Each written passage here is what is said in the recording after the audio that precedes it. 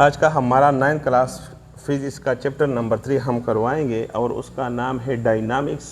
Class 9th physics. What is the dynamics? Dynamics क्या होता है? The branch of mechanics. Dynamics mechanics की वो ब्रांच होता है देट डील्स, जो ताल्लुक़ रखता है with the study of motion. Motion के मुतल्ले के बारे में ताल्लुक़ रखता है। ऑफ एन ऑब्जेक्ट, किसी बॉडी का मोशन के हरकत के मुतल्लिक ताल्लुक़ रखता है। And the cause of its motion, और ये मोशन, ये हरकत किस वजह से होता है, इसको हम कहते हैं इसका डायनामिक्स। डायनामिक्स मैकेनिक्स की वो शाख होता है जो हरकत के मुतालिक होता है और किस वजह से होता है, इस मुतल्ले को हम कहते हैं डायनामिक्स। नेक्स्ट टॉपिक है इसमें फोर्स। फोर्स क्या होता है, इनर्शिया क्या होता है, एंड मोमेंटम। फोर्स क्या होता है? ए फोर्स मूव्स और trends to move. A force moves, जब आपके चीज़ को धक्का देता है, जिस तरह रेडी होता है, एक रेडी होता है रेडी, और इसमें टमाटर लगे होते हैं, टमाटर इसको धक्का देते हैं। धक्का देने से ये मोशन करता है, हरकत करता है, मूव करता है, मोशन करता है, इसको हम कहते हैं फोर्स।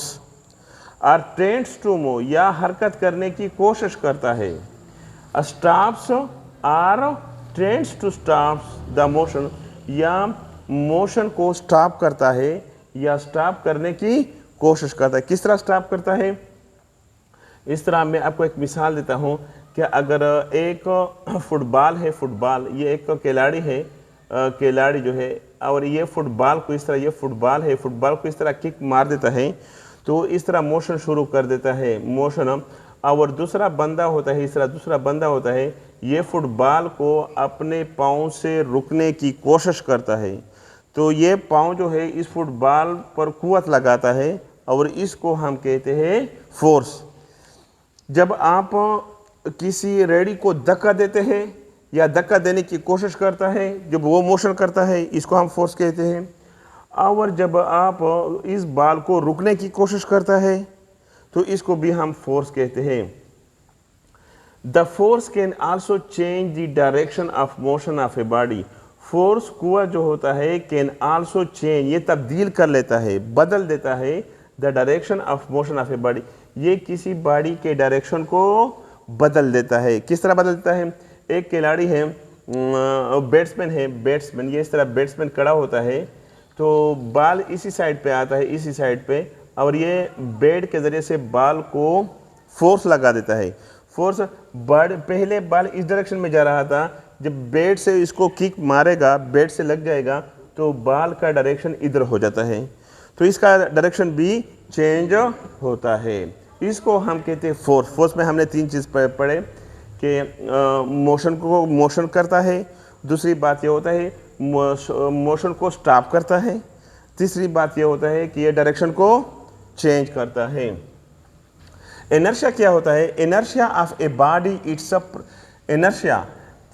इनर्शिया वो होता है जब किसी बॉडी में इनर्शिया ऑफ ए बॉडी, जब किसी बॉडी में एक इनर्शिया होता है, इट्स प्रॉपर्टी, ये किसी बॉडी की वो प्रॉपर्टी होती है, वो खसूसियत होती है, ड्यू टू विच, जिसकी वजह से it resist any change in state of rest, ये रुकावट पैदा करता है, मुज़ाहमत पैदा करता है।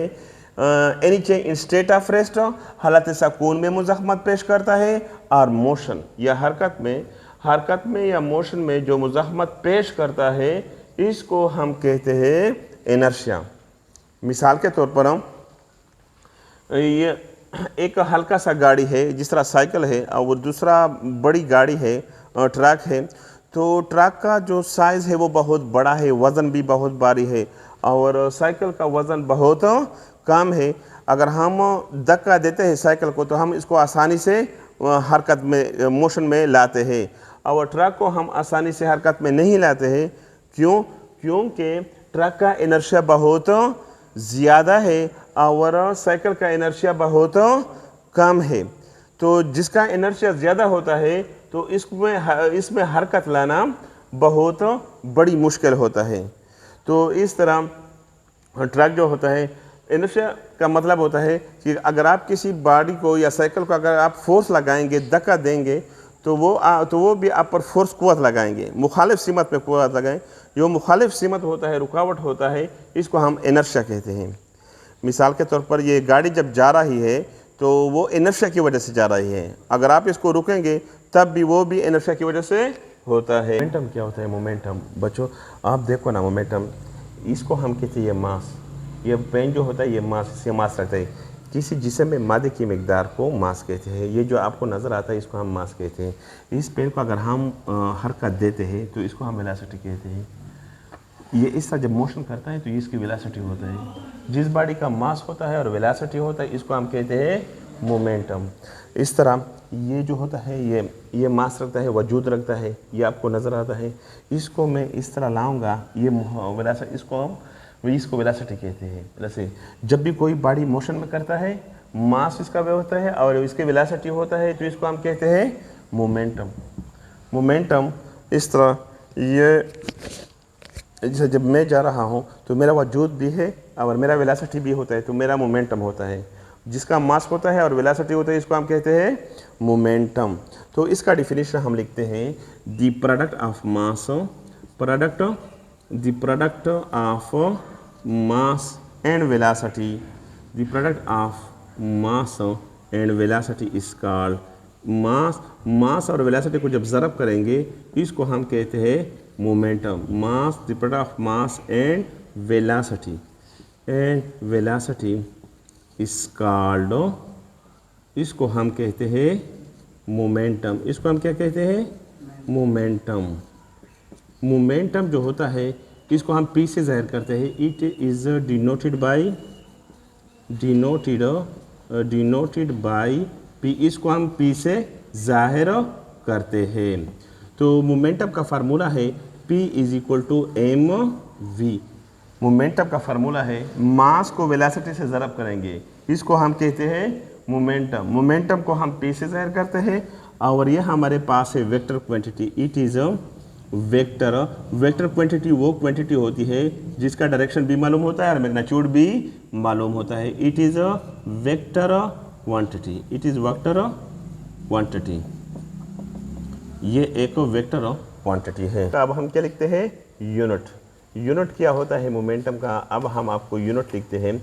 यूनिट, तो यूनिट हमारे पास बराबर होता है P is equal to M V. P हमारे पास बराबर होता है एम वी। मास की यूनिट क्या है? मास की यूनिट है किलोग्राम। किलोग्राम। वेलोसिटी की यूनिट क्या है? मीटर पर सेकेंड। तो मोमेंटम का यूनिट हो गया SI unit. SI unit of momentum is P का मोमेंटम इज किलोग्राम मीटर पर सेकेंड। ये मोमेंटम का यूनिट है।